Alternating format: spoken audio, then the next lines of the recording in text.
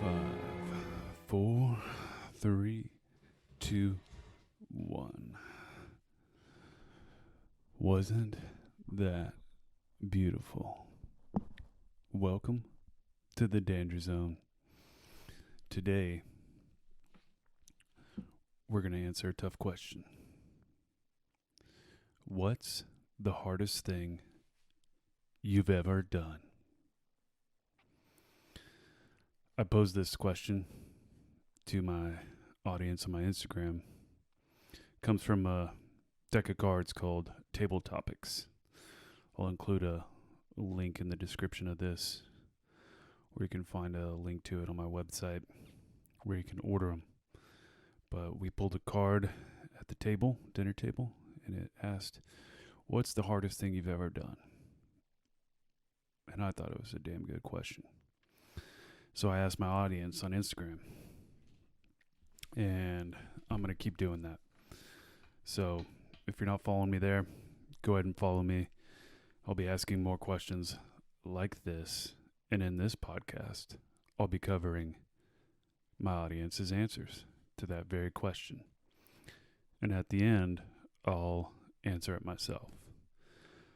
But along with that, I wrote my first article on my website, danielthebarbarian.com, and you can read my answer to the question a little more in depth. I'll cover it a little more there in the writing. So be sure to check that out. Be sure to follow me on Instagram so you can get your answer to the questions potentially covered in the podcast. So, what's the hardest thing you've ever done?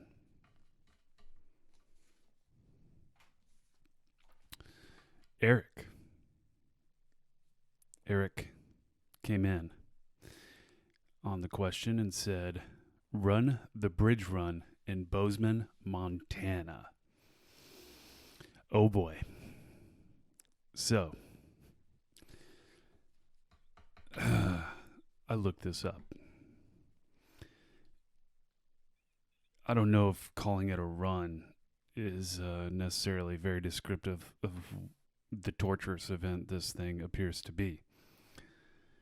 If you are interested in this, I suggest you Google it, look at the website. They have a video where they take a Google Earth of what you run during this thing.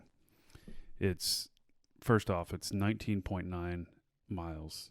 If you take like the steep route down, it's over 20 miles if you end up having to take a different route down. You get 6,800 feet of elevation gain, 9,500 foot loss.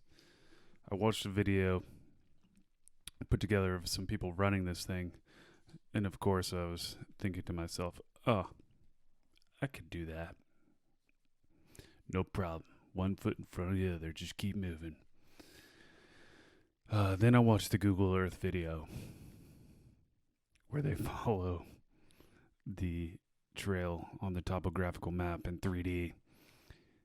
You go uphill. Uphill, uphill, uphill. Then you go downhill, all the way down. Then back up. Then down. And up and down. And then it looks like the highest elevation gain is towards the end of the race. And then you go down. But before the end, you have to go back up again. Yeah. Good on you, Eric, for getting out there and getting after the bridge run in Bozeman, Montana. I can see now, after looking into it, why that's the hardest thing you've ever done. I think it's a worthy goal for anybody out there that wants to do it. I may even do it someday. So, good on you, Eric. Coming in from Montana as well, Shake for Me Baby. He says the hardest thing he's ever done in his life is giving a fuck. And it's tough. Giving a fuck can be tough. I think the key to finding balance in life is learning when to give a fuck and when not to give a fuck. And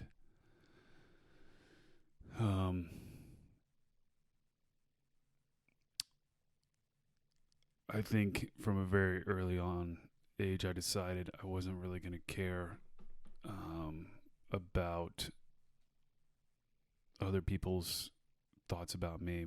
And it's allowed me to be very true to who I am. But I think just blatantly saying, oh, I don't give a fuck about anything is a little short-sighted. I think sometimes we need to give all the fucks about things, and that's giving a fuck about, finding your true nature and living your life, giving a fuck about this life that you have. To not give a fuck, I would not give a fuck about what other people think you should live your life, or giving a fuck about what somebody else's life looks like and trying to make yours like theirs, or having expectations for somebody else's life. I think we need to give all the fucks about our own, and the best way to give a fuck about somebody else is to empower them and encourage them to give a fuck about their own life and make the choice for themselves.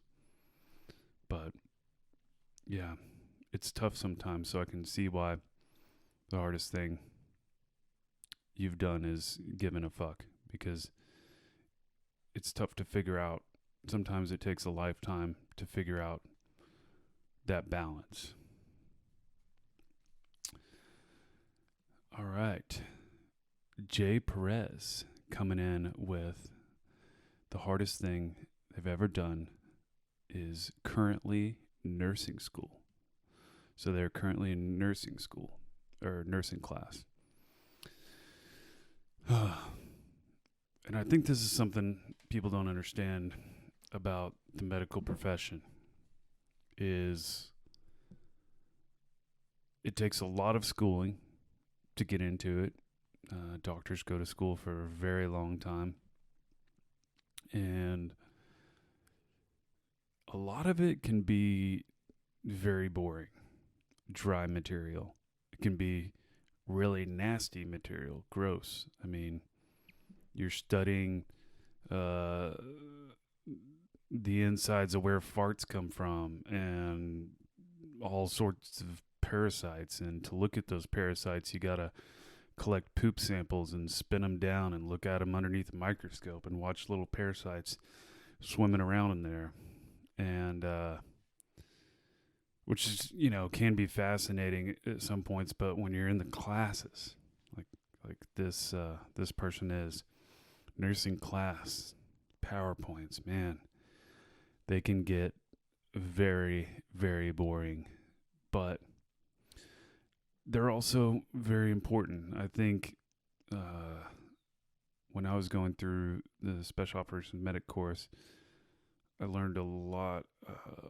I think the key is knowing how you learn. So I'm a very visual learner, hands-on, and usually if I hear something, I can recall it. I can kind of remember somebody saying something, or I can remember pages from a book. So that's kind of key, because you don't have to pay attention as much in class if you learn that way, but maybe you don't learn that way. So I think a lot of people struggle because they try and do, again, what other people are telling them to do, like, oh, do this and you'll be successful in this class. But really, it's about finding out how you learn best. And it's important when it comes to medicine, because you don't want to be a bad medical provider for people. Taking care of people is probably one of the most rewarding things you can do. And when people are putting their lives in your care, it's best to take that seriously. And I definitely took it seriously when it came to taking care of my Marines and my team. But as you'll hear in a little bit, maybe didn't take it so seriously when it came to other parts. So yeah, hey, good on you, Jay Perez, for sticking with it and you know, keep grinding and get through that nursing class, dude. All right, coffee.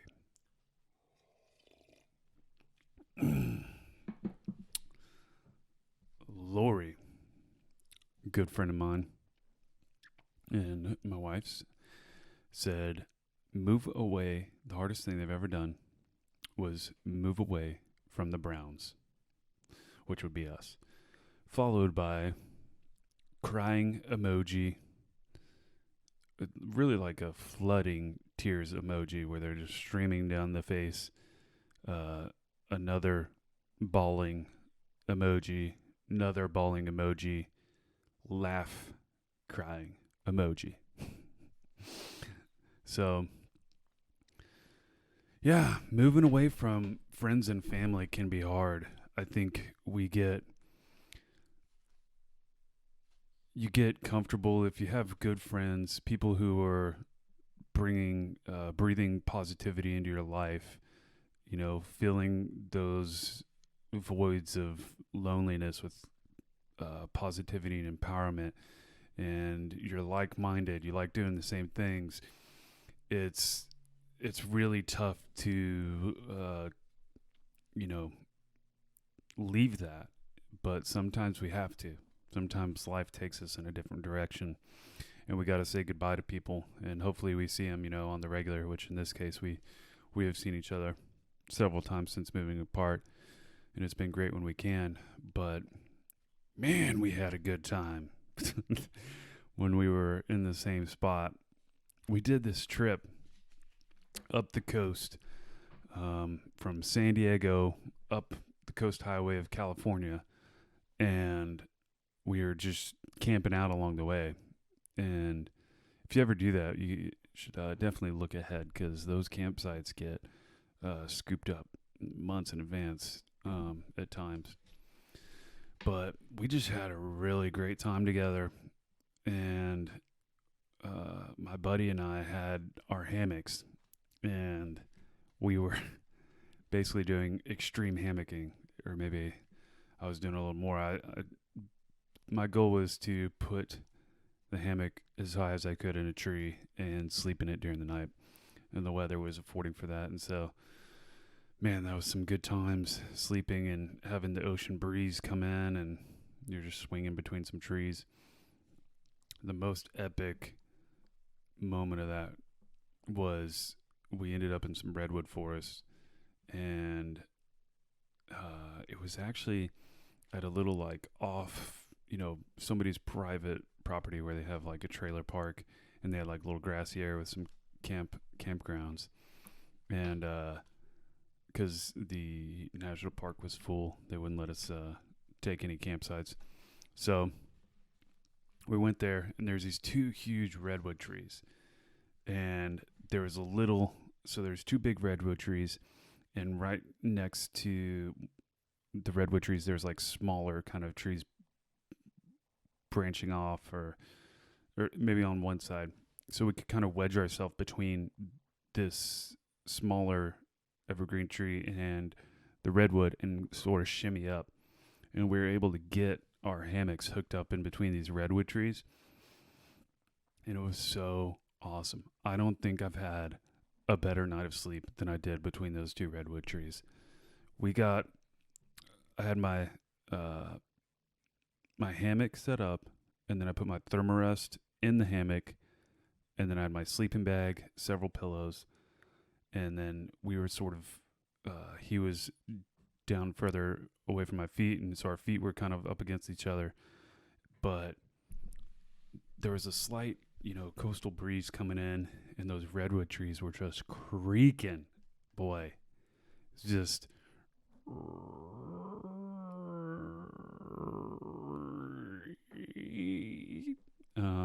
much more pleasant than that. But you get the idea.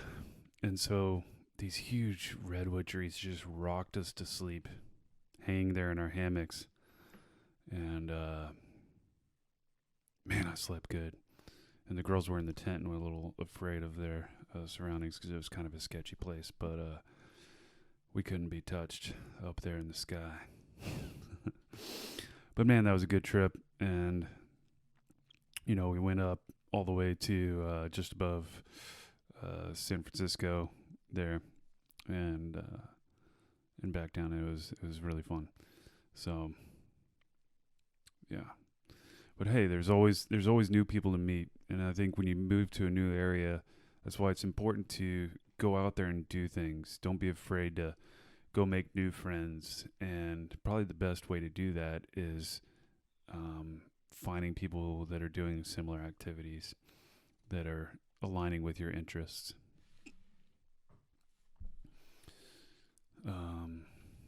All right. Whew, we got some heavy answers to this because it's a heavy question. So, what's the hardest thing you've ever done? Michael Harris says, kill my ego. So, it sounds like Michael Harris has killed his ego. And this one's kind of tough to talk about. And I've actually been looking into this a little recently. I think, you know, I mentioned earlier that from a very young age, I've sort of known who I am. And part of that, I think, was not having helicopter parents. So I grew up in Arkansas, and so I'd be out running around in the woods all day. I would just be gone by myself, playing in the woods with myself. And I think through that, I was able to get sort of a foundation in knowing who I was without anybody else's input. But of course, as you're growing up, there's influences from your parents, from friends, family, people at school. And so it's easy, I think, to lose sight as we go on through life of who we are, and we start looking at other people, trying to be like other people instead of ourselves. And I think it's trying to sort of fill a void that we naturally have with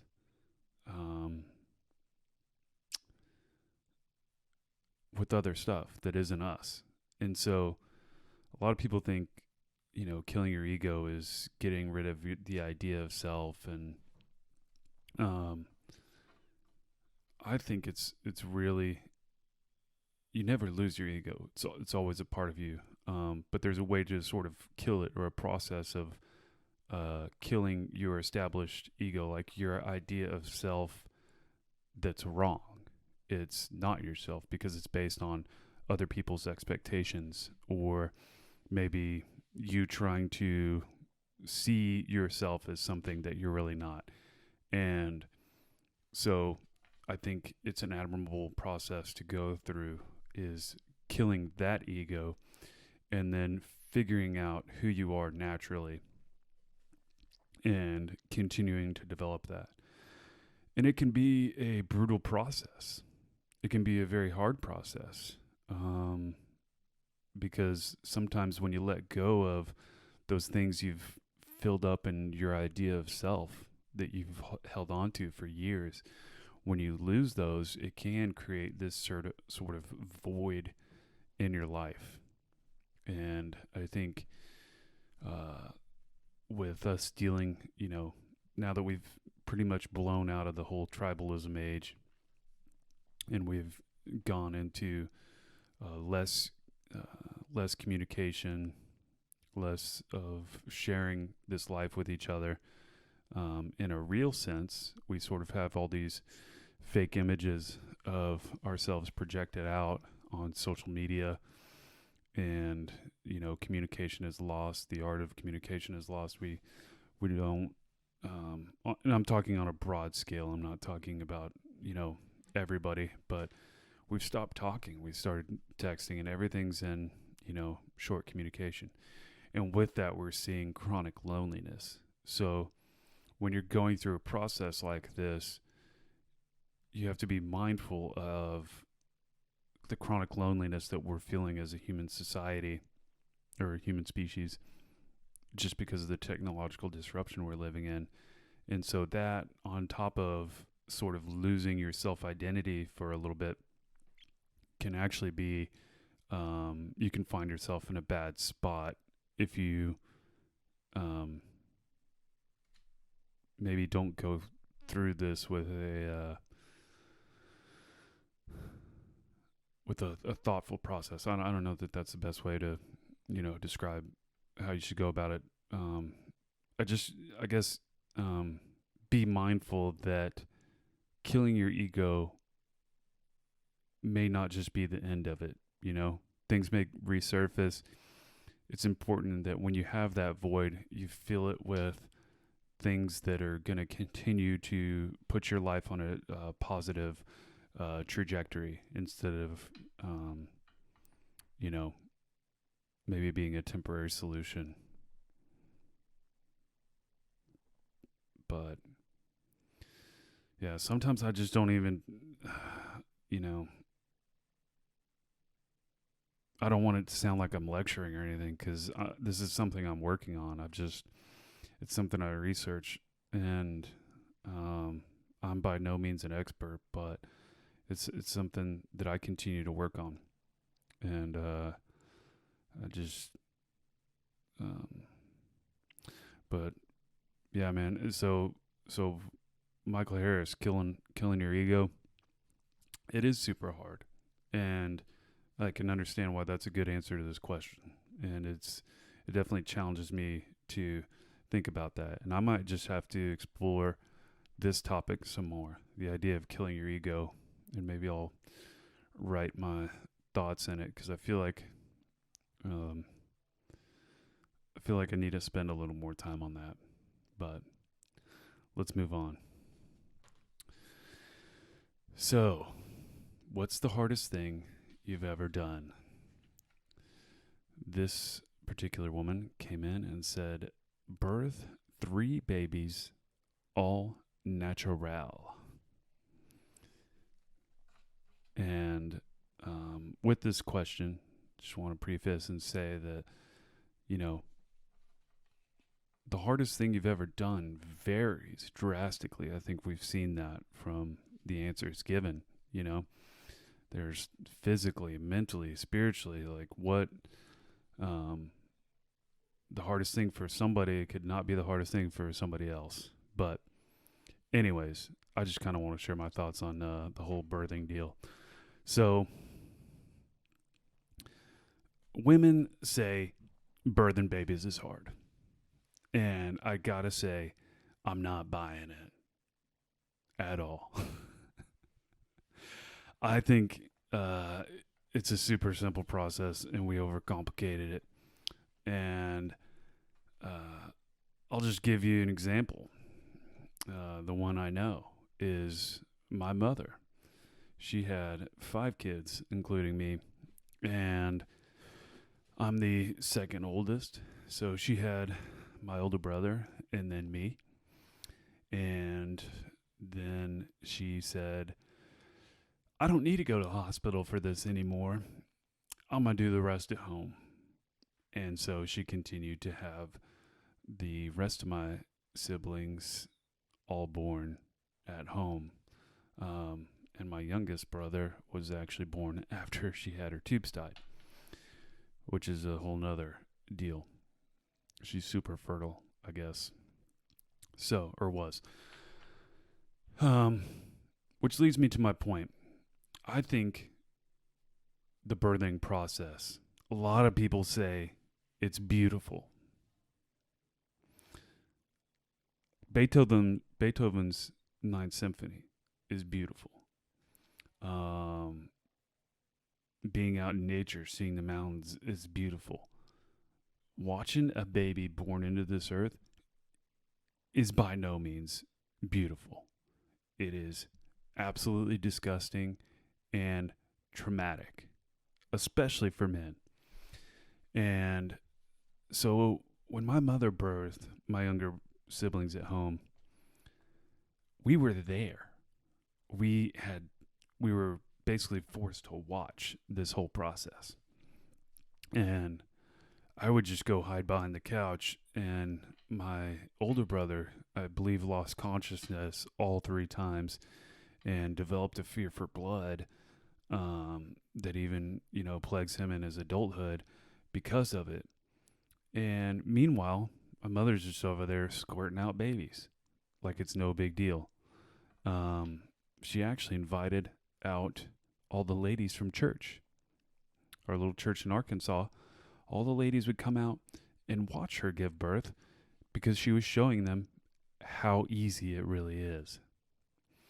And so, you can, I just, I think people accept this lie that birthing babies is difficult.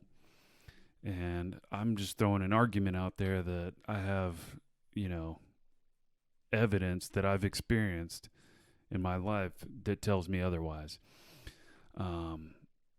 These things were so traumatic that luckily on the last one, these events became so popular that I had to go out and direct traffic for parking on our property, for the last one. So I was wearing an orange vest, and I think I had maybe a glow stick or something, and I was out there directing traffic around our little basketball court, trying to get people to park on the lawn. And there definitely came a period where there was no more cars coming, and I was like, I'm gonna just kind of hang out here in case any more cars come. So I think I was a little better at hiding than my older brother during these. But yeah, point is, it's super easy. Women used to just go out and, have these babies together. And I really don't think men are supposed to be there, which leads me to my next story. So in the Special Operations Medic course, we learn to deliver babies. And this is for when we're deployed around the world in austere villages and environments where there's not, a midwife or hospital or someone else to do this, and a pregnant lady comes to us and we have to deliver a baby. We need to know how. So I think we spend a total of like 2 days on this in the course. And the first day is in the classroom, and they're given a class, and they thought the instructors basically think it's funny to fuck with us, and so they put on a video of a home birth. And this was way worse than the home births that I even experienced. It was like a camcorder video from the 70s. It's this hippie couple doing a home birth, and she's like laying in bed, and there's just so much hair.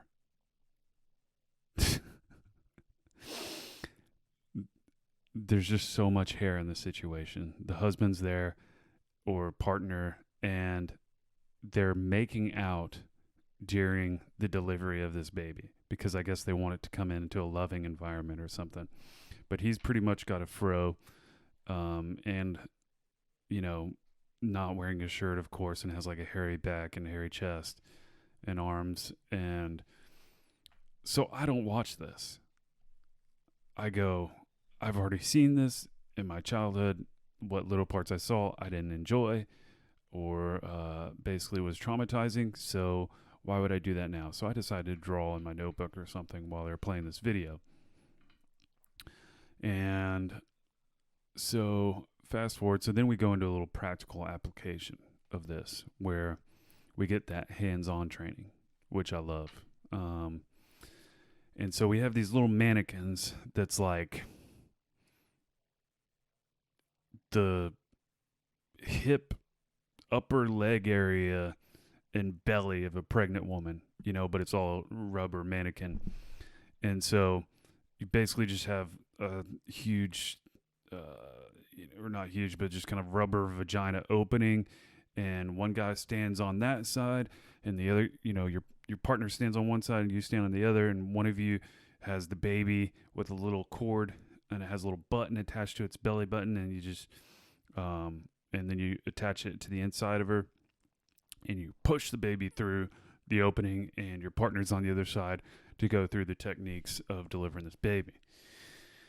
And me and my partner are not taking this seriously at all. We are having fun and seeing how many times we can wrap the cord around the head, and I'm trying to shove this baby through, and he's trying to pull from the other side, and it's not going anywhere because I wrapped it around too many times, so there's not enough slack for it to come out.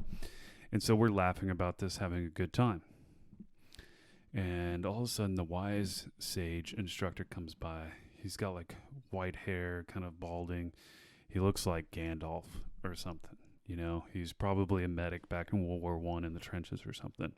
Who knows? He looks like a ghost. Maybe he was like the ghost of medic past coming to visit us. But he's kind of walking by with his hands behind his back, strolling by. And he stops at our table as we're just laughing, joking, playing with this fake baby. And he's like, hey guys, you might want to take this seriously. You might have to do this someday. And we laughed. Ha ha ha ha ha. I won't have to do this. Well, fast forward about a month. I found myself on medical rotations in a hospital.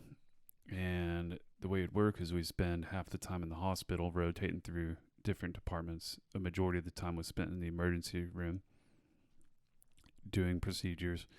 And we would go out with the fire department and work with the paramedics and doing calls.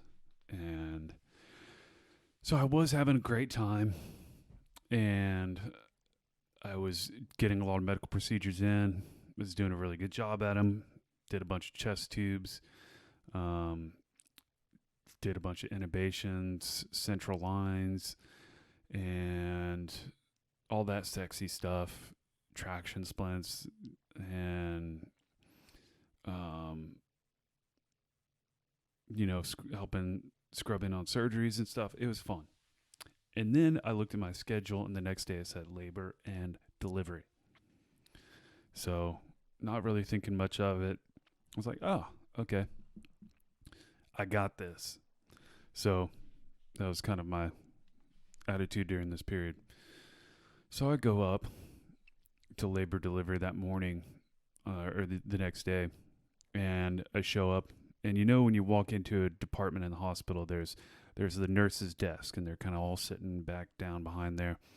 And I walk up, and I'm kind of standing on the outside, and they're looking up at these TV screens. And so the doctor comes out, and one of them's briefing, and they're saying, hey, we got, this many, 3 C-sections, blah, blah, blah, blah. And then we got 5 vag deliveries. And I start cracking up. And they all kind of look at each other, look at me, and I realize they're not joking. They just use the term vag. Seriously. And it's not a joke. So quickly I said, yeah, I was just, thinking about a joke my buddies told me earlier this morning. And so they kind of ignore me and kind of shake me off and, go back to their brief and everything. And so after the brief continues, or comes to an end, there's this short doctor that came out, and he comes around and he comes up to me and he goes, with the little pistol hands, he goes, you ready? And I give him the pistol hands back and I go, yeah. He's like, all right, this way. So we will start walking down the hall, and I start following him. And we go in a room. I turn into the room. There is a woman, full blown, pregnant, getting ready to have deliver a baby, or give birth to a baby. And they have her on the birthing table, already legs spread, splayed open. There's her vagina just hanging out for the whole world to see. And I get gowns and gloves. It's important to note for later. So I get gowns and gloves on. I go in there, and I'm going, it's not, hey, just watch this one and then you'll do the next one. It is, you're going. And so I find myself in the quarterback position behind my center, which is her, and getting ready to catch this baby. And so in my mind, I'd been telling myself, even when I saw labor and delivery on the schedule, I go, no big deal. All you have to do is not drop the baby. Like, if you can just not drop a baby, you'll be fine, right? But if you drop the baby, then, it can look really bad, right? Even though they're super resilient. So that was my main goal. That was what was kind of going through my head at that point. And so as I walk up, I'm getting under center, and they start jacking the table up. So now this gaping vagina starts rising up. And now it's like right in front of my face. They jack this table way up because there's short doctors, short nurses, so it's like usually down. So I just have to watch this thing like slowly getting closer and closer to my face. And so luckily, as I mentioned before, I have this sort of photographic memory, and I could remember seeing the book pages about, delivering children from like reading before the test and everything. And I could remember the processes by kind of like seeing the textbook in my mind. And so I was like, oh yeah, okay, so apply. So the head was starting to come out. Like, this is fucking happening right fucking now. And I was like, okay, apply slight back pressure. Boom. So I have my little hand or big hand on, little baby's head, and applying slight back pressure so it's not like an explosive childbirthing. Like, you don't want anything to be explosive, apparently. So, I'm starting to work the process, and I'm like, oh yeah, I got to get, clear the first shoulder, and then, the other one. And I was like, but once that second one comes, it's coming, so I got to be ready, and I'm not going to drop this little motherfucker. So, boom. After that shoulder clears, boom. This baby's out, dude. It comes. Once that shoulder clears, it is coming. You have imminent slimy baby flying out, okay? So if you ever find yourself in this situation, be ready when that shoulder clears. It comes out. I got a death grip on this baby. I have it. Like, this baby is not dropping. It is not going anywhere other than in my careful, protective, strong grip. And I'm remembering the steps. They're all coming back to me. It's all coming back to me now. So I grab the suction. Boom. Suctioning out. Throw it up. Boom. Pat, pat, pat, pat. Wah. Baby's first breath. Tears. Crying. The baby has been just given life. I brought this baby into the world and essentially gave it its first breath. I feel like $1 million at this point. I did this. And I'm looking around, and quickly the baby's taken from me by a nurse, and they, wrap it up and throw it in the incubator. And so I'm looking around just like, as if I just hit a home run, kind of like waving to the crowd type deal, if there was one.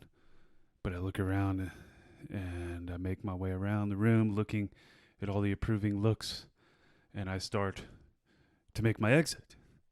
Started walking out of the room. This is done, right? Baby's in the nurse's, loving care. The woman, are taking care of the baby, and it's in the incubator. It's getting its tan on. I'm done. I'm out of here. Boom. So as I'm walking out, feeling like $1,000,000, there's Mr. Pistols McGee himself, the doctor. Throws me the pistols. Hey, where you going? This isn't over yet. And I'm kind of like, what do you mean this isn't over? And he goes, pew, pew, the afterbirth. And all of a sudden, my brain starts clicking in. Oh, yeah. What's on that next page in the textbook? Boom. Oh, yeah. The afterbirth. So I turn around. Sure enough, dangling out of the gaping vagina is the cord, right? The dad had come in, cut the cord. But the rest of the cord was just hanging there. I'm like, oh, yeah, we got to get that placenta out. So I go up, back in it. Ready for my second hike. So I was like, oh, yeah. So I grabbed this thing. And the nurse, obviously saw that I was kind of clueless in this process. And she goes, all right, hey, grab it. And I remember like, oh, yeah, I'm going to pull on the cord slightly.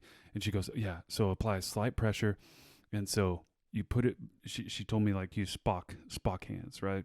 Like between your middle and ring finger. And so I clamp them in there, clamp the cord in there, and I'm applying slight pressure. To me, I'm thinking slight. And to me,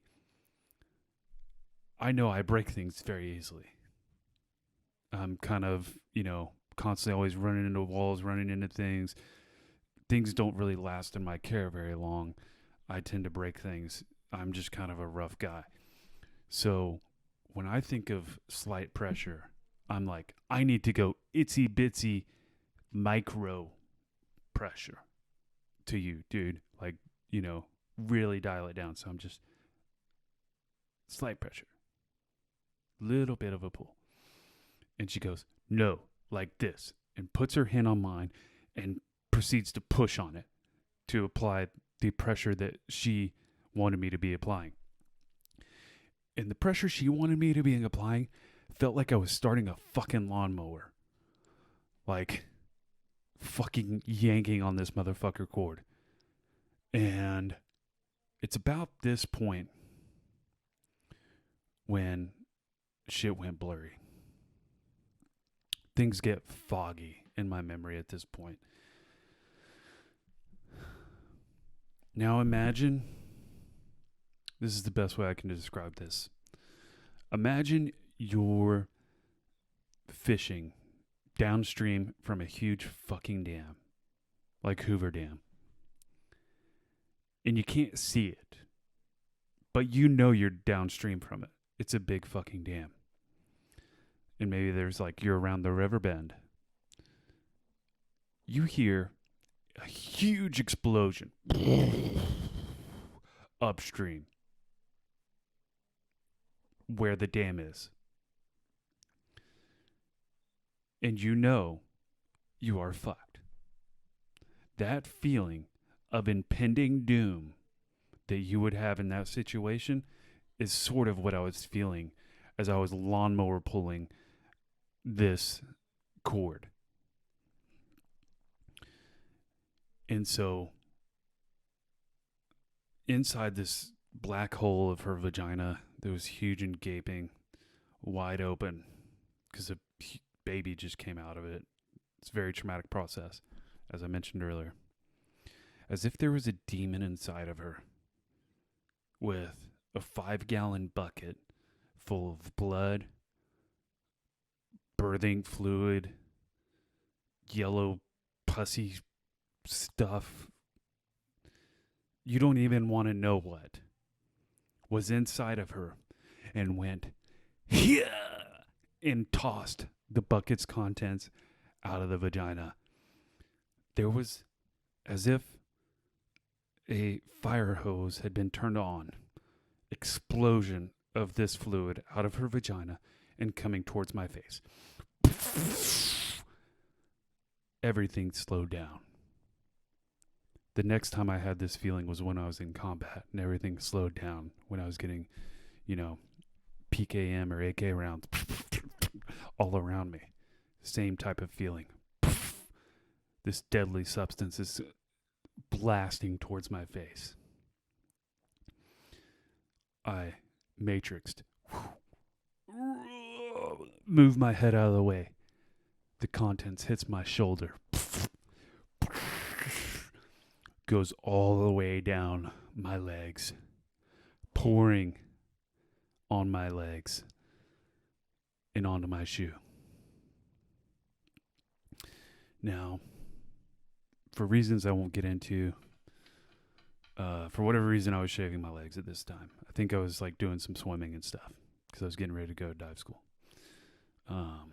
We'll just use that as an excuse.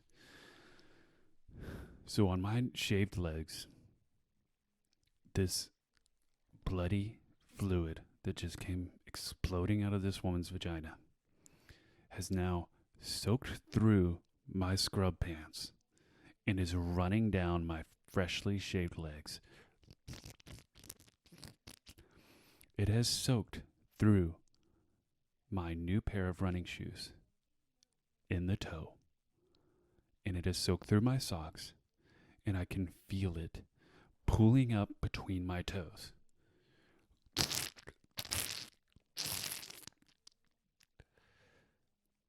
I am in complete shock at this point.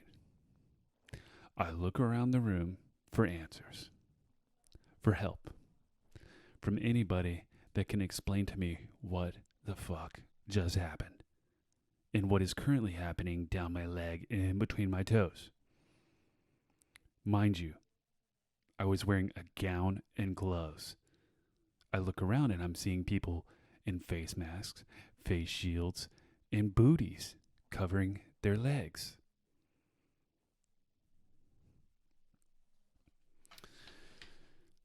I look around the room and I see blank stares. The nurses are in just as much shock as me, if not more, because I'm actually kind of moving on and looking, hey, what's going on here? And I'm just seeing blank faces staring at me.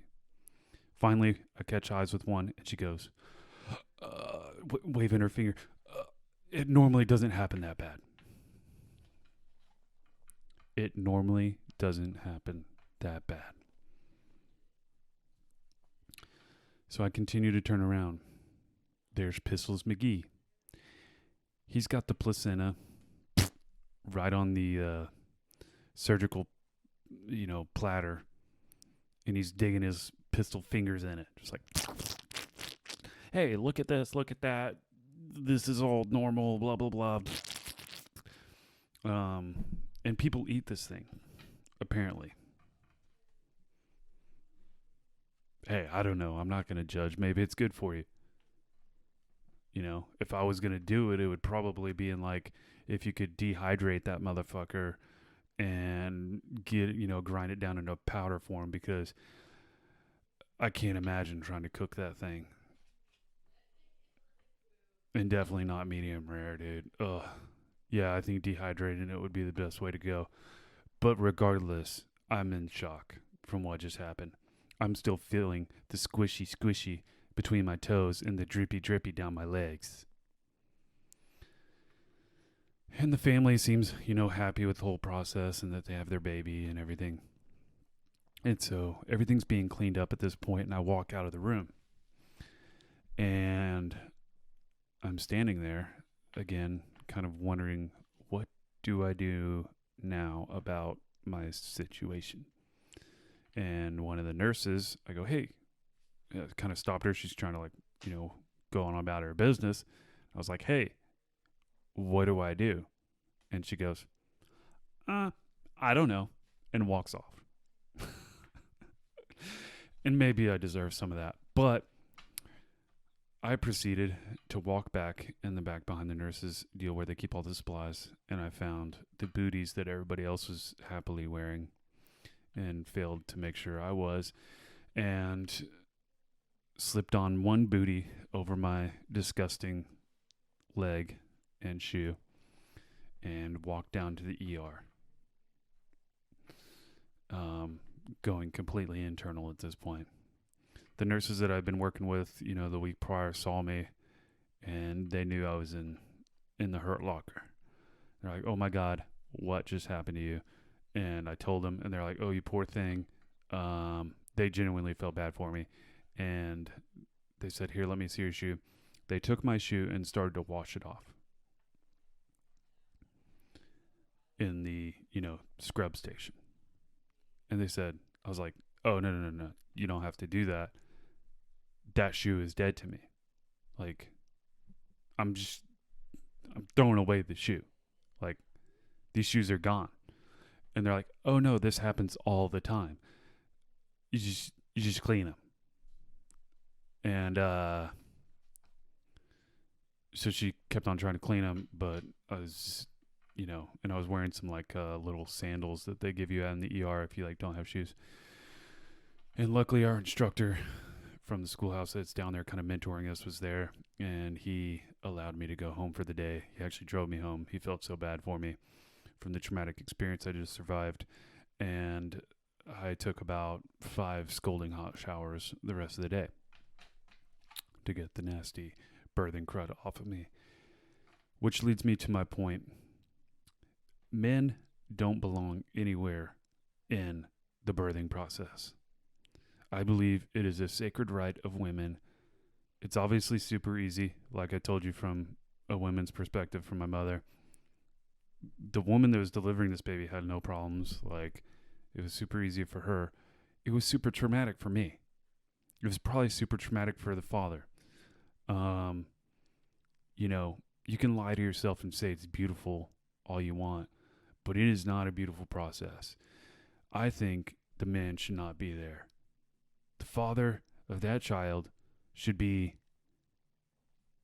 at the cigar bar with his buddies, celebrating that they're now having a child in this earth. And the first time they see that child, they see it, and it's already got its little tan on from the incubator machine. It's all snuggled up in this little blanket, and it's all cute.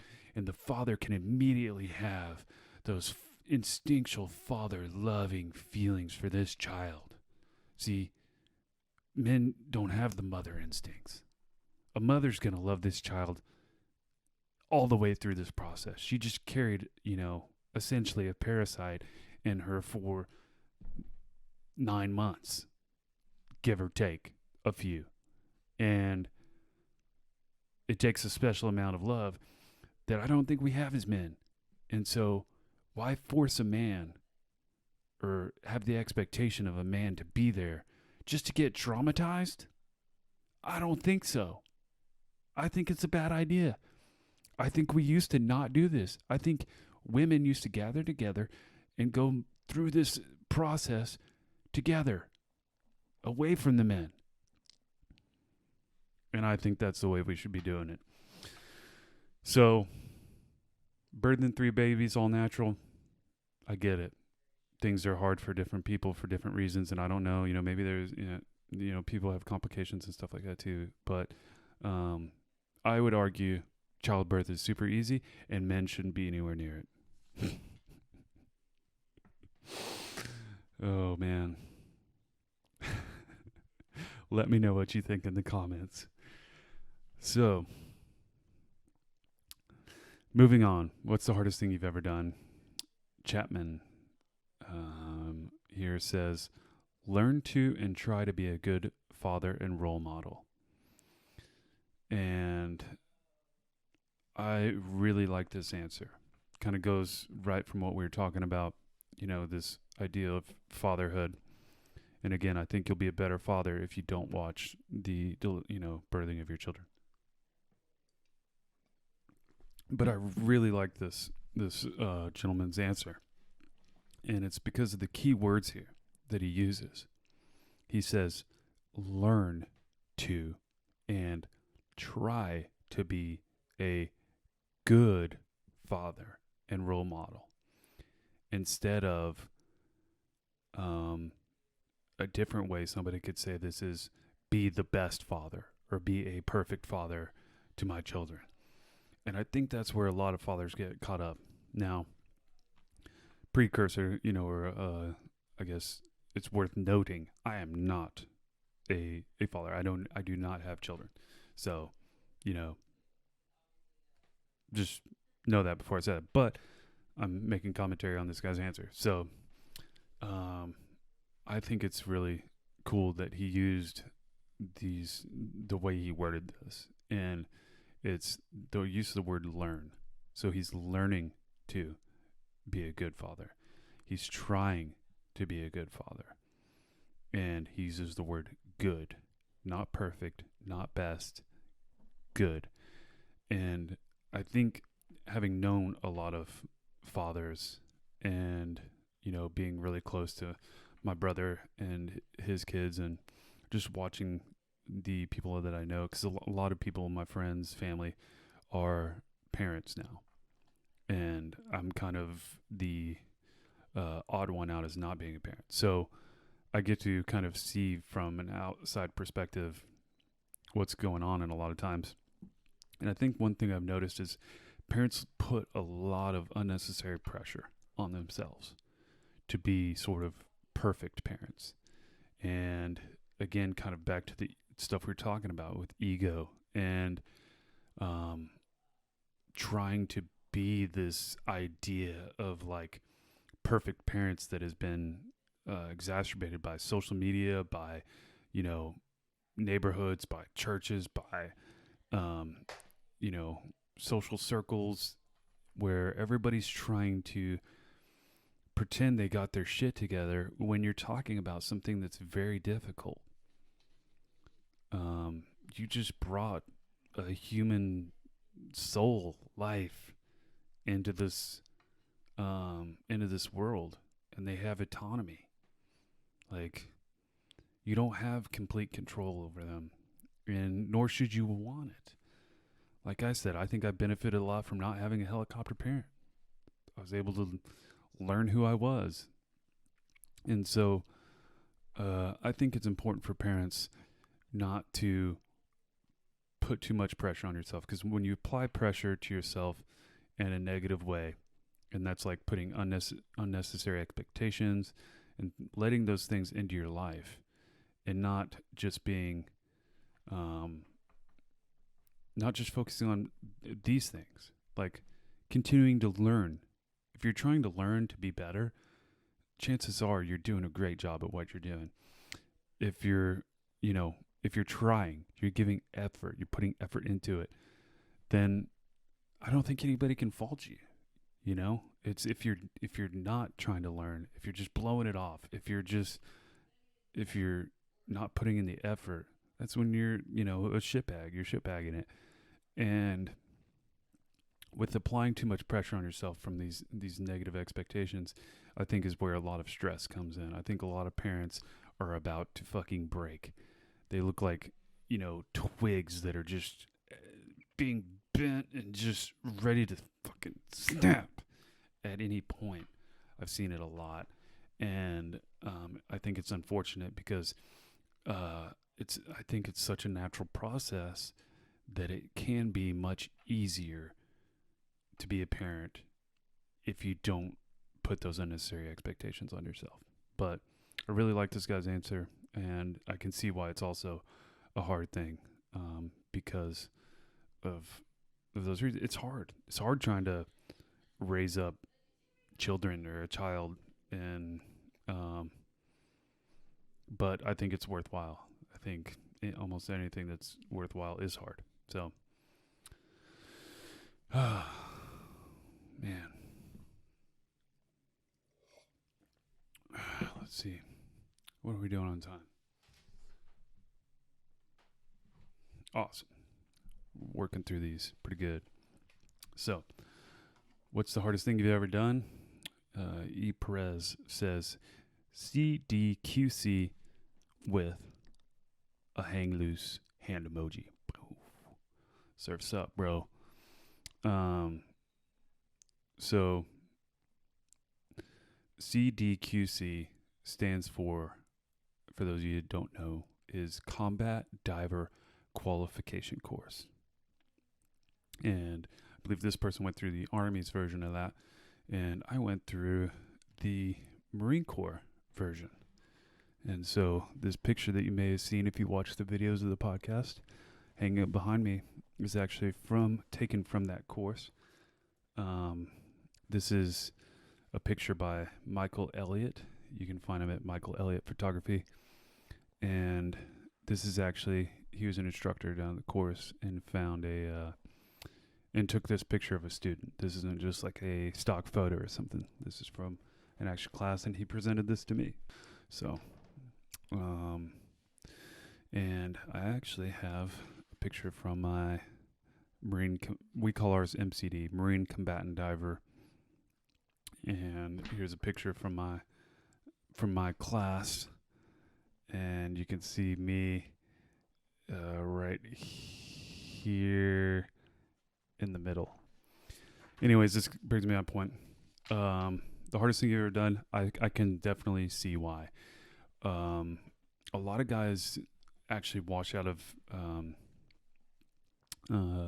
this course, and the job I did, it was actually part of our pipeline of training that you have to go through to qualify as a Special Amphibious Reconnaissance Corpsman. So if you don't pass it, you don't make it into the job. So, and a lot of people didn't pass it, and it's because it can be difficult. However, I'm a child of the water. I feel, from a very young age, I almost feel more at home in water than I do on land, and I love it. I love being in the ocean. I love being in the ocean, under the water, on top of the water, on lakes, rivers, having rain on my face. I love it all. So, snow, ice, water, glacier, you'll find me in it and above it, and I love it. So, I had a blast at dive school. It was probably actually one of the funnest courses I went through, but don't let that take away from, like I said, everybody, some things are hard for people and other people it's not. And so, dude, but man, that was a fun time down there. So the Marine one is down in Panama City, Florida. And, I just had so much fun. I was really working on myself during this time. I had taken a break from drinking alcohol, and I was like working out like crazy. I was doing 3 workouts a day, where like one would be the dive, then I would work out in the gym, and then I would go for a run at the beach. And I was in really good shape. And I think what's really hard for people is the underwater confidence part, where they'll tie your hands behind your back, and you got to be able to float up and down in the deep end of the pool. Let all your air out to float down to the bottom, or drift down to the bottom, and then push off the bottom. And then you have to do all these tasks, and grab a mask with your teeth and bring it up and bob up and down with this thing in your teeth, trying to breathe. And so it freaks out a lot of people. And then when you're doing the dive hits, where you have a scuba tank on and you thin around the bottom of the pool until the instructors swim down and proceed to basically like gang style initiate you and toss you around. It's supposed to simulate like being tossed around by the ocean in the surf zone or something, or when stuff goes bad underwater, and being able to remain calm and deal with the situation. But it freaks a lot of people out, and they can't deal with it, and they bolt to the surface, which is a bad idea, or have to ask for air, and they can't solve their own problem. So but I love it. I love being underwater. I feel at home, so I feel really calm. So a lot of that stuff was easy for me. And plus, I got to dive school a little bit early. And if you ever want to get good at underwater stuff, if you can put on a pair of utility camis and do all the stuff you're required to do in just a swimming suit, once you take that off, I mean, you feel it's like running, with a parachute or something. It's like taking off the parachute. You feel like you could just stay underwater forever. But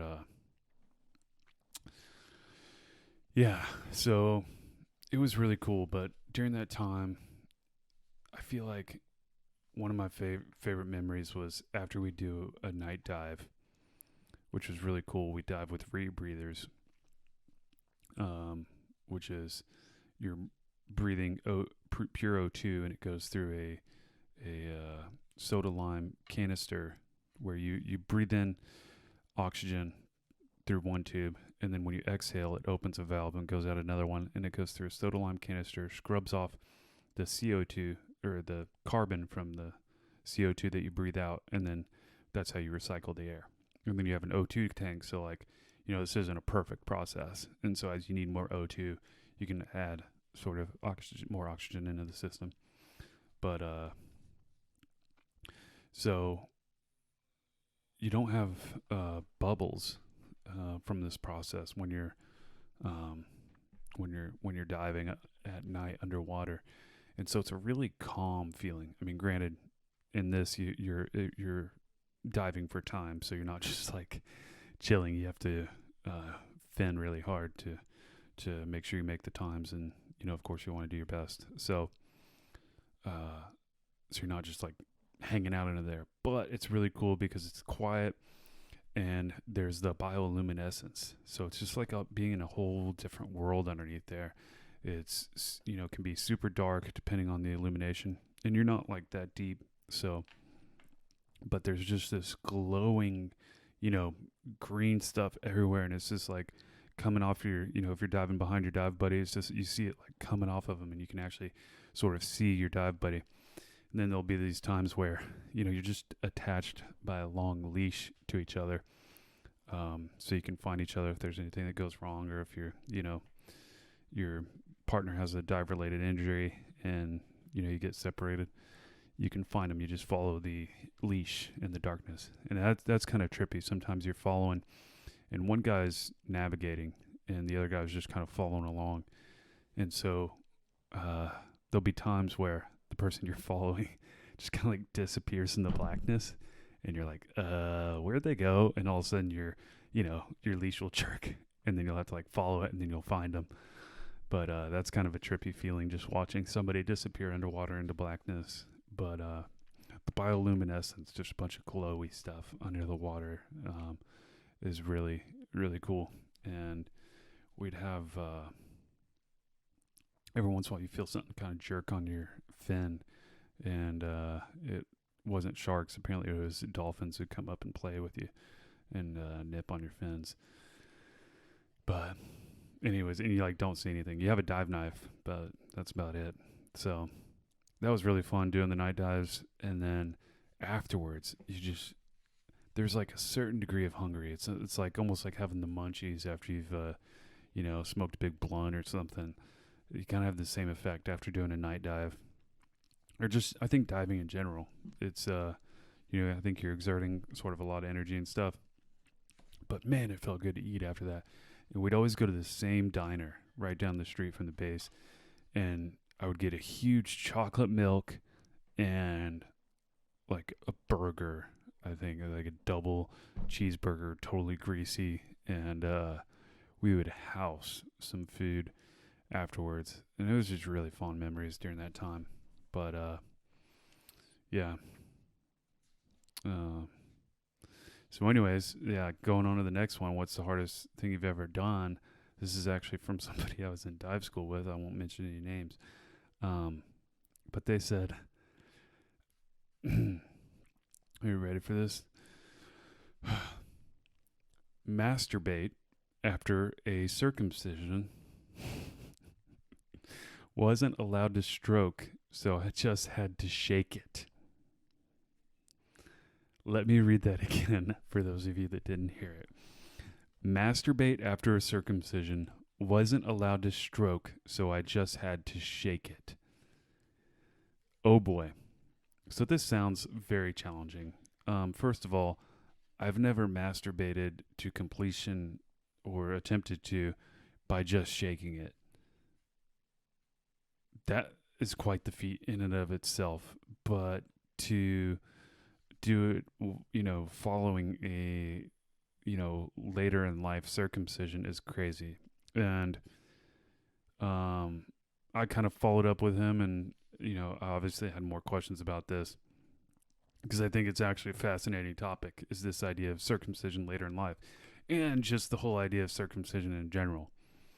And I mean, I can remember vividly the first time I ever saw a uncircumcised penis. And it was when I was a teenager.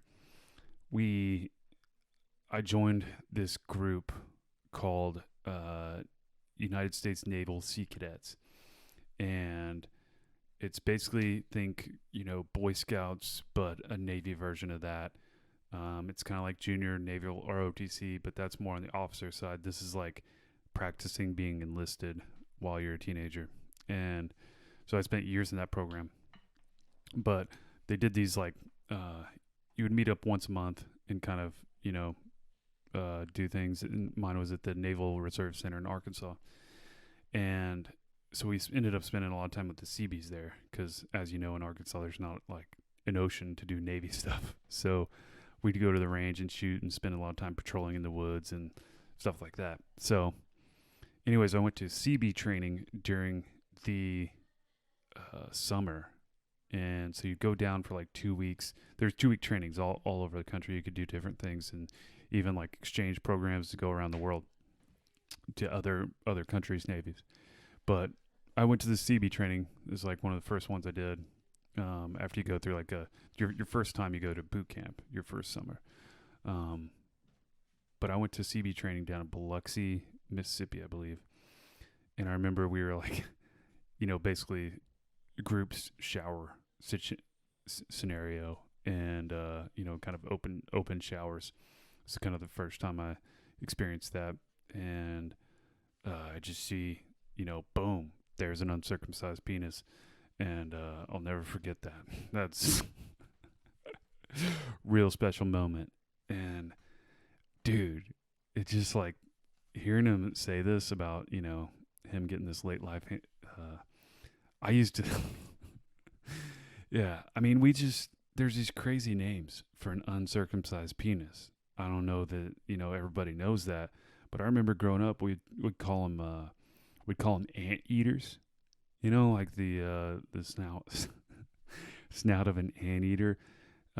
Later on, we'd call them hood rats. That's what my buddy would call them. We'd call them, oh, you got that hood rat. And but I don't know. It's like, is it better to be circumcised or not circumcised? I don't know. Maybe there's argument for both ways. I think I've heard it back and forth and debated. I followed up with him though, and he said he did feel like basically he wouldn't have done it. He wouldn't do it again, and that he lost a lot of feeling during sex, because I guess you have nerve endings, which makes sense, like in that, in your penis hood, and so he says sex isn't the same, but it was like every time I've talked about this, everybody mentions the word schmegma, which is like probably one of the grossest words you could come up with, but people say that it gets dirty underneath there, if you can't wash it. But I think as we've advanced as a culture, I mean, if you're able to kind of shower on a regular basis, you probably don't have a problem with that. But I don't know. Some people say it's more risk of disease because, it's kind of like things can fester in there. I don't know. Tell me what you think. But I'll tell you what, I was just thinking about it when he told me this, and I was kind of thinking, man, what do they look like? I mean, you get the idea that the anteater, or people calling it a hood rat, which is kind of derogatory. But I think they kind of look like a tardigrade. You know what that is? It's that little it's a micro animal. It's like that little they call them water bears is another name for them. And Look it up. Google tardigrade and tell me that doesn't look like an uncircumcised penis. Um, but yeah, I'll tell you what. Don't. Okay, before I get into that, they also look sort of to me what when I think of uncircumcised penis, it kind of brings to mind like those water snake toys we had back in the 80s. It was like or early 90s where it's this toy that like you hand it to somebody or whatever and it's like you can't hold on to it. It just kind of like just keeps folding in on itself and just like you can't get a grip on this thing and you're always dropping it. It's kind of funny as kids, but like that's kind of what I imagine like trying to like as it if you're trying to maybe be in the sexual receiving side of uncircumcised penis. I feel like you just kind of like you're always trying to like hold the skin back, but I could be wrong, but I don't know. That's just what kind of I thought of is that water snake toy. um but so what not to Google? Do not Google female circumcision. I already did it for you. It's eesh. It's bad. Oh boy. Yeah, there's like 4 different categories. Basically all of them, the clitoris is gone. There's different levels of sewing up the vagina, closed, and that's about yeah, I mean, if I think it's fucked up if we're still doing that to people. Um, Geez, yikes. I think I was kind of like, oh, maybe, it's not that bad. We're not talking about a little like nip and tuck cleanup job here. Yeah, when you remove somebody's ability to have pleasure during sex, yeah, I'm going to go ahead and say no. But yeah, I don't know if you feel like you need to educate yourself on it, Google it, but I did, and it does not look good.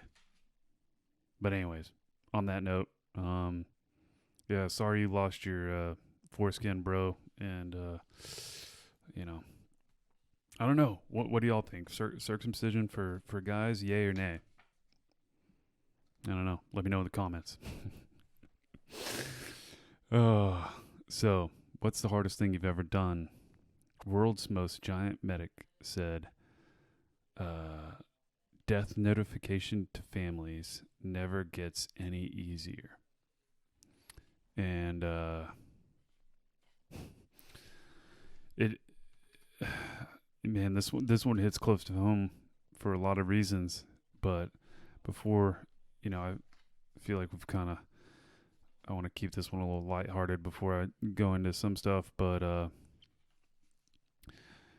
so death notifications to families never gets any easier. So when somebody passes away, whether like, somebody dies in a car wreck or something, somebody's got to go let the family members know. And so, that you're meeting people that you've never met possibly, or maybe it's somebody you do know, and you have to tell them, hey, your loved one died. And obviously that's a really emotional and tough process. And it's something that's very commonly sort of understood in the military.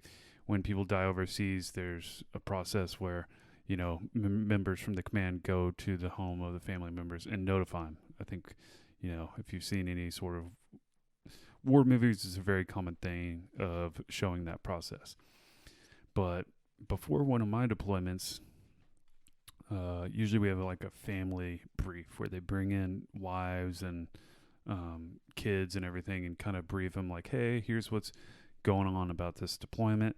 And they kind of, they can't give very specific details of what's going on, but they try and give like family members an idea of, here's resources for you while your husband's gone, like, reach out to these people, blah, blah, blah, blah, blah. And for some reason, they let one of the officers of the command get up and speak. And this guy, this young captain in the Marine Corps, had no business being up there speaking for what he proceeded to do. He proceeded, as there was children and wives in the crowd, he proceeded to bring people through a guided meditation where he told everybody, close your eyes, imagine you're at home, your husband's deployed, and he comes, you get a knock on the door, and boom, somebody's there. Now open your eyes, your husband's dead. And it was really fucked up.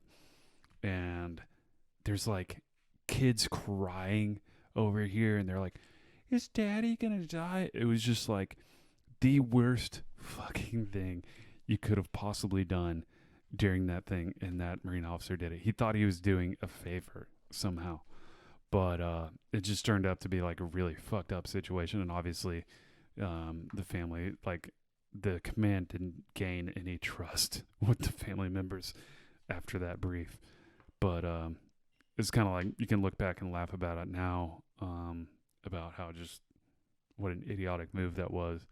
But yeah, for all you command reps out there, don't be putting people through a guided meditation of that stuff.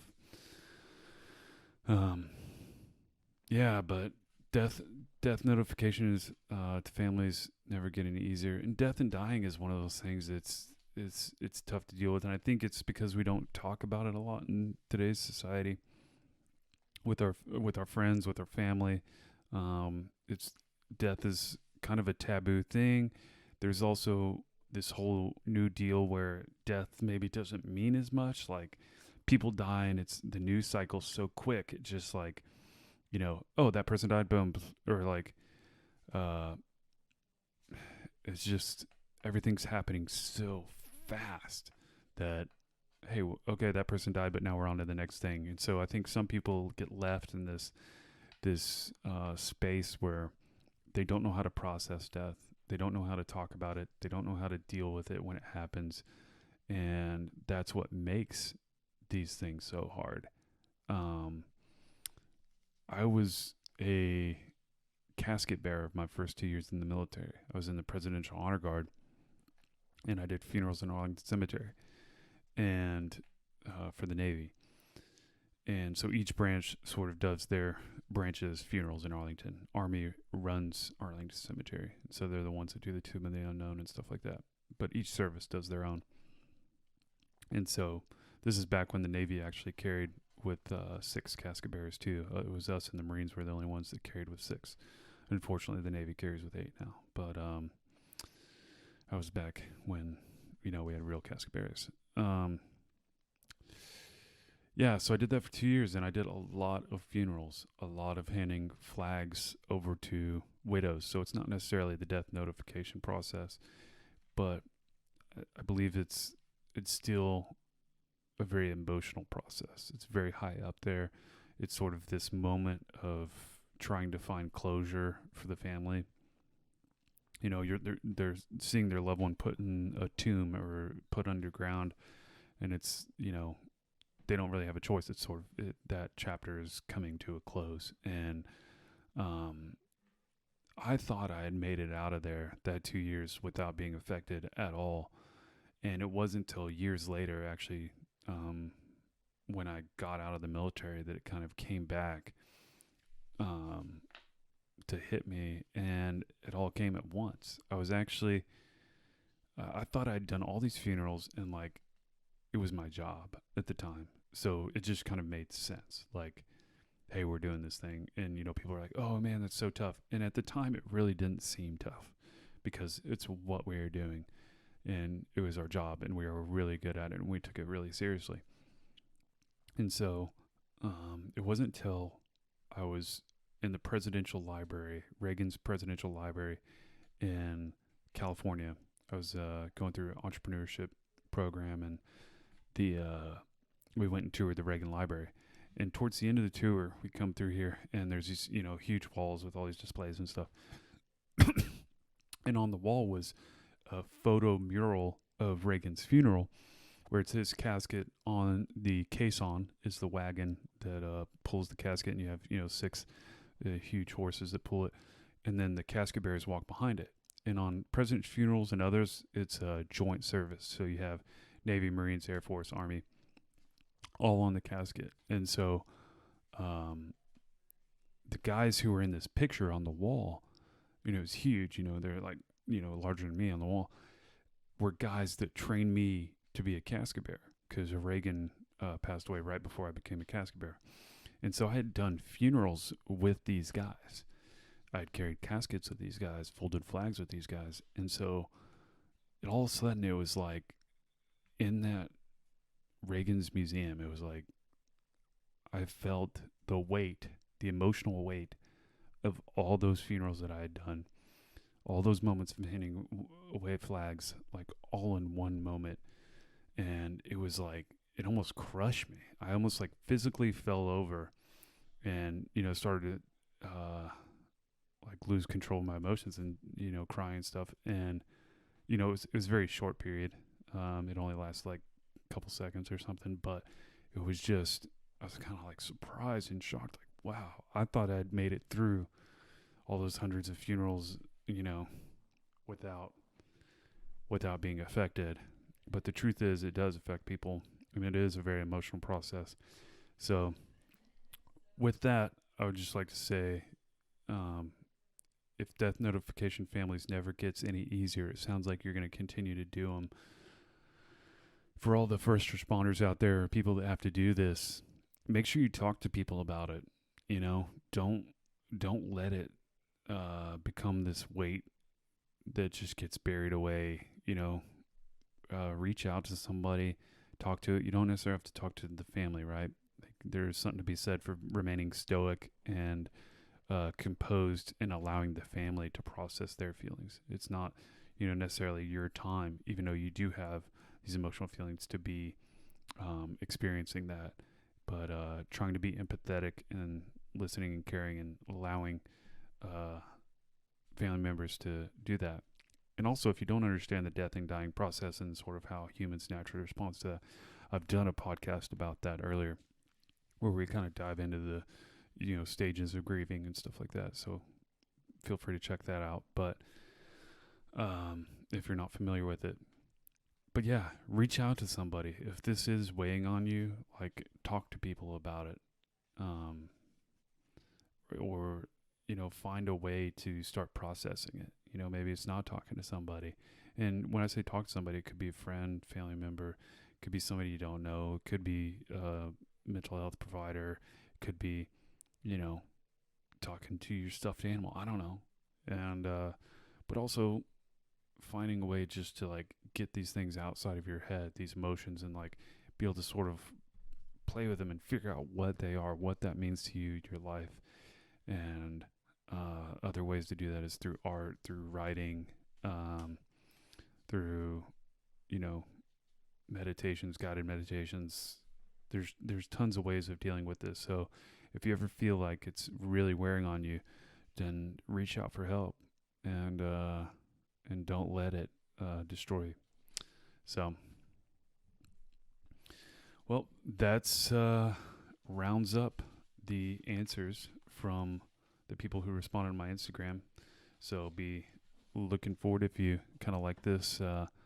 Let me know what you think about those answers and my commentary, and look forward to the next question I ask. Now, my answer to this, like I said, I inserted in depth on my on an article on my website under the writing section. So I'll just kind of cover mine quickly. But when I first pulled this, question, what's the hardest thing you've ever done? There was sort of two things that came to mind. And first off, I like to sort of instead of just blurting out whatever first comes to mind, I like to sort of ruminate on things, ruminate on questions, and look at it from different angles, and look at it from the macro view, micro view, and think of like what are other ways I could answer this that aren't just the first thing that comes to mind. And so something that came up to me was like the idea of what's the hardest thing you've done? If you could break it up into different categories, what would they be? And for me, I started thinking like, well, there's physically hard, there's mentally hard, and later I decided that, spiritually hard was a part of it. Um, and so for me, the two things that came in mind, one was uh, my final patrol in Afghanistan, my final foot patrol, where we sort of went out and got in a all-day gunfight with the Taliban. It was the journey back, and just going through that whole day and night. That is one of the hardest things I've done physically and mentally, and it was in a weird way. It was my Marine Special Operations team was working in this village, and we had Army soldiers attached to us that would do security for our camp, and we had some watermen. And so on this patrol, we knew we were going to get into an all-day gunfight with Taliban, so we brought mortars with us, and we brought two of the Army mortarmen to help run a 60 millimeter mortar tube, because we were running split team operations at the time. So we were running with half an element, so we kind of needed people because we knew we were going to get in a fight, like I said. So we kind of went out loaded for bear, and I had a heavy load. It was the 240 machine gun was 20, 24 pounds, 25 pounds, and my rucksack, my backpack with all my gears, ammo, water, medical equipment was about a 120, and then armor plates and helmet and stuff is about 30 or so. So I was carrying a lot of weight, but I was used to that. That's kind of how all my deployments went. Especially my first one, we carried a lot of weight, and so that wasn't difficult necessarily, and I was prepared for that physically. And so we stepped off at night and we patrolled through an IED belt. IED is an improvised explosive device. It's like a homemade bomb or mine that they put under the ground. And where I was at in the Helmand province was super saturated with these minefields, if you will. They had kind of set up what they called an IED belt, which was kind of like a line of a minefield that we had to patrol through to kind of get into bad guy territory. So we did that, and as we were getting close to the compound we were going to be holding up at during the day to get ready to get in this fight, one of these army soldiers twisted he was stepping over a canal and he tweaked his foot, and so I get called up as the medic to assess him, and he's laying there, he's just being a little wimp, and I can tell just by his whole demeanor, his whole actions, that he's kind of playing this thing up. So I ask him, I'm like, hey, can you stand up for me and walk on it, walk a couple paces that way and then turn around, come back. And he's able to just pop up, walk on it, no problem. And I'm like, okay, cool. Well, we're almost at the compound, so we need to push forward and get set up, because it's morning. After morning prayers, they're going to come and attack. So we need to start getting set up. So we spread loaded his gear and pushed into the compound. And so, he kind of whimpers off and lays on the wall and basically thinks he's done for the day. We end up going to work, filling sandbags, getting security positions set up, and we proceed to get in an all-day gunfight with the Taliban off and on throughout the day. We'd, get in a gunfight with them, call in air, they'd kind of back off and then come back after air left, and this just went on all day. So we didn't get a time to rest, and he basically didn't do much. He hung some mortars for us, and he was fine doing that, not showing any signs of distress or anything when, he had to sort of do his job. And so we get ready. We ended up really pissing off the enemy that day. And when it became dark, they were still trying to actively get into the compound we were at. And we had to call in aircraft really, really close to our position. And so we kind of waited for a break after we had killed some dudes and sort of the enemy's assault on our position to make movement out of there and make it back to our camp. And so, knowing this guy was a wimp, we kind of knew ahead of time that we needed a spread load of stuff so we can move quickly. That's what we thought. So he wasn't carrying his rucksack or anything. All he was carrying was his rifle and his armor and his helmet. And I was sort of walking behind him. And so we stepped out and we're going along. And this is in the Helmand River Valley. So super lush area, poppy fields everywhere. They had a lot of corn in this area. So we're going by these huge stalks of corn. And there's this little canal about like a foot deep with about 4 inches of water. This is kind of like a little water irrigation canal for the cornfields next to the trail we were walking on. And we proceed to start walking. And this guy would take 3 steps and just kind of throw himself forward off into this canal. And the first couple of times he did that, I would help pick him up. And then all of a sudden I realized this guy's doing this on purpose. He's not only doing this on purpose, he's waiting for me to pick him up.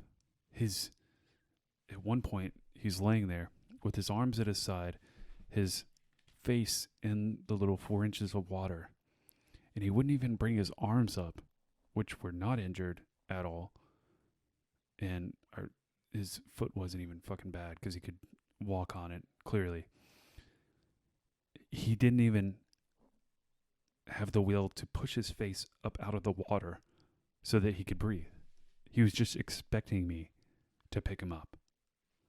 He had totally given up on himself, on us, and he had lost his fucking mind. And I've never seen such a cowardice display from a man. And it kind of rocked my world. Like, looking at him like, are you serious? You're seriously not going to just push your face out of the water to breathe? You're literally waiting on me to pick your face up out of the water. So after sitting there watching him, I ripped him up out of the water, slapped him several times, and I made it clear to him and said, the Taliban is actively coming after us. We knew this. They'd already passed it over the radio. They're actively coming after us and trying to kill us. They're trying to kill me, they're trying to kill you, and they're trying to kill all of us. You need to keep walking and not falling. So we continue to move, and he continued to fall over and over and over again. And then he started dragging me into the canals with him. Me with now even more weight because we had spread loaded his gear. And the people that brought 240 ammo. When you're the machine gunner, you people are supposed to carry ammo for you spread load the ammo, and somehow all the ammo that everybody was carrying ended up on my back. So I ended up carrying back more ammo than I brought out. That's just how it works. But I don't mind because I can carry a lot. So he started dragging me and all my weight into these deeper canals now that we were going by.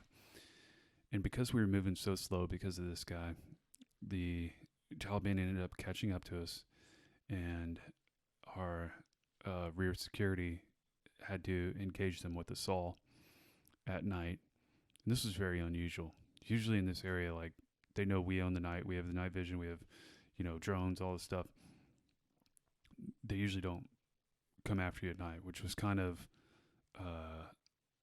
showing their sort of level of irritation of what we had just done to them, and their sort of level of commitment to try and get one of us. And so this is also while we're going through this IED belt.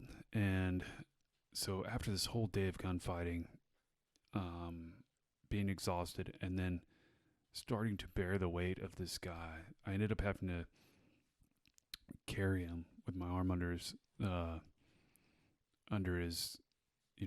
armpit, holding him up and basically forcing him, basically dragging him along his body, along with all the weight I was carrying, through an IED belt. So I was also having to it came to a point where my body was like completely exhausted, and I had to will myself to keep moving. And um, we ended up making it back. And like I said, I go into detail in the article about sort of that process. But one of the hardest things I've ever had to do was deal with that coward and push myself past the point of like complete exhaustion, and also force my mind to stay focused on the task at hand. And like, instead of just checking out and going into zombie mode, like staying clear minded enough to not step in on IED and focus on where the person in front of me was stepping. And if you want to find out kind of how things wrapped up, you should read the article. But that was definitely very difficult. And so that's kind of one of the first things that popped in my mind. And then the other thing was coming to the decision to get out of the military. And I've covered a lot about my blast wave exposures from explosions from enemy ordnance, grenades, rockets, recoilless rifle rounds, and the toll it's taken on my brain. And that led to me ending my military career early. And coming to that decision, because the military will let you keep going until there's nothing left of you. And when I was, like I had mentioned earlier, I'd been practicing being in the military from when I was a kid. I was born into a military family, and I adopted the principle of service to your country at a very early age. And as I grew older, that developed into wanting to not only join the military, but join the best in the military and join special operations. And then when 9/11 kicked off in 2001, when the Twin Towers and Pentagon were all attacked, and we went into the global war on terrorism, I knew at that point I wanted to go into that war with some of the highest trained men in the military. So when I was on these deployments with Marine Special Operations, I was in a state of total fulfillment of sort of my life's purpose, my life's path. And to start going through the process of losing that, of becoming a different person from the brain injuries, starting to not recognize myself, and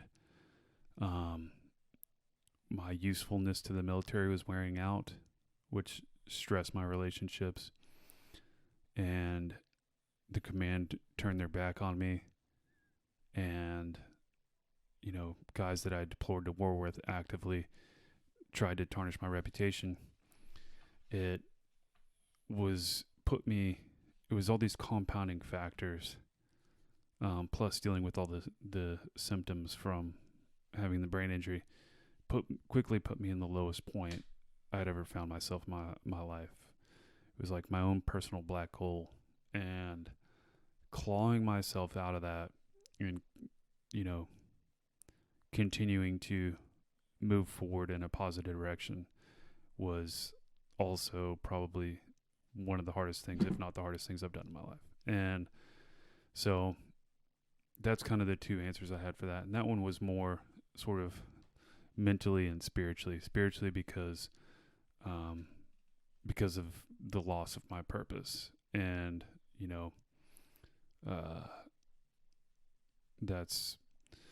that's why it was so tough. And it was just all those compounding factors. But all that to be said is, what I take away from that is, and from this question is, I think I became a better person after both of those instances.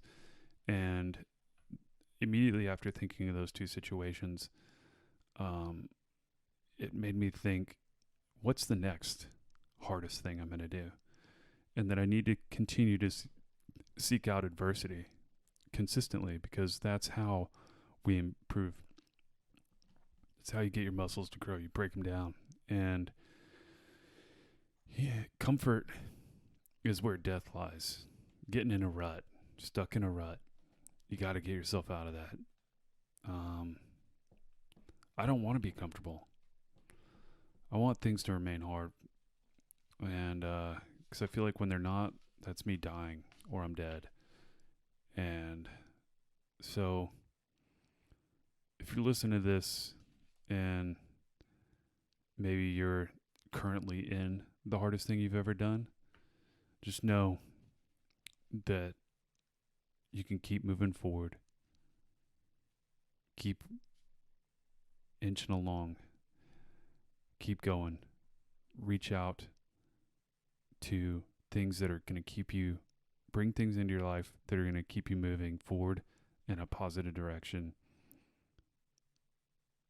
and get rid of the things that aren't serving you in that, the things that are holding you in that spot. And you can do it. The truth is, you can have the best friends in the world, but sometimes even with them there, I had great friends and family support during this time, but it was still me. I was still alone in that process somehow. And I go into more detail in the article about it, but it it really is up to you.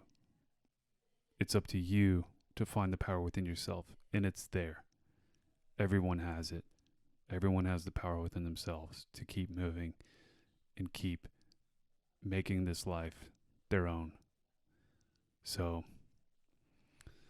um, sometimes we have to be in these situations to find that we have that power, the power to push on past our limitations. And I think it's worthwhile finding out that you do have that power. So, anyways, thanks for everybody that responded to the question, and thank you for giving this a listen. And like I said, you can check out that article. It's basically way more in depth on my answer to the question of what's the hardest thing I've ever done. And yeah, thanks for joining me. This has been a fun one. I hope you enjoyed it. Till next time.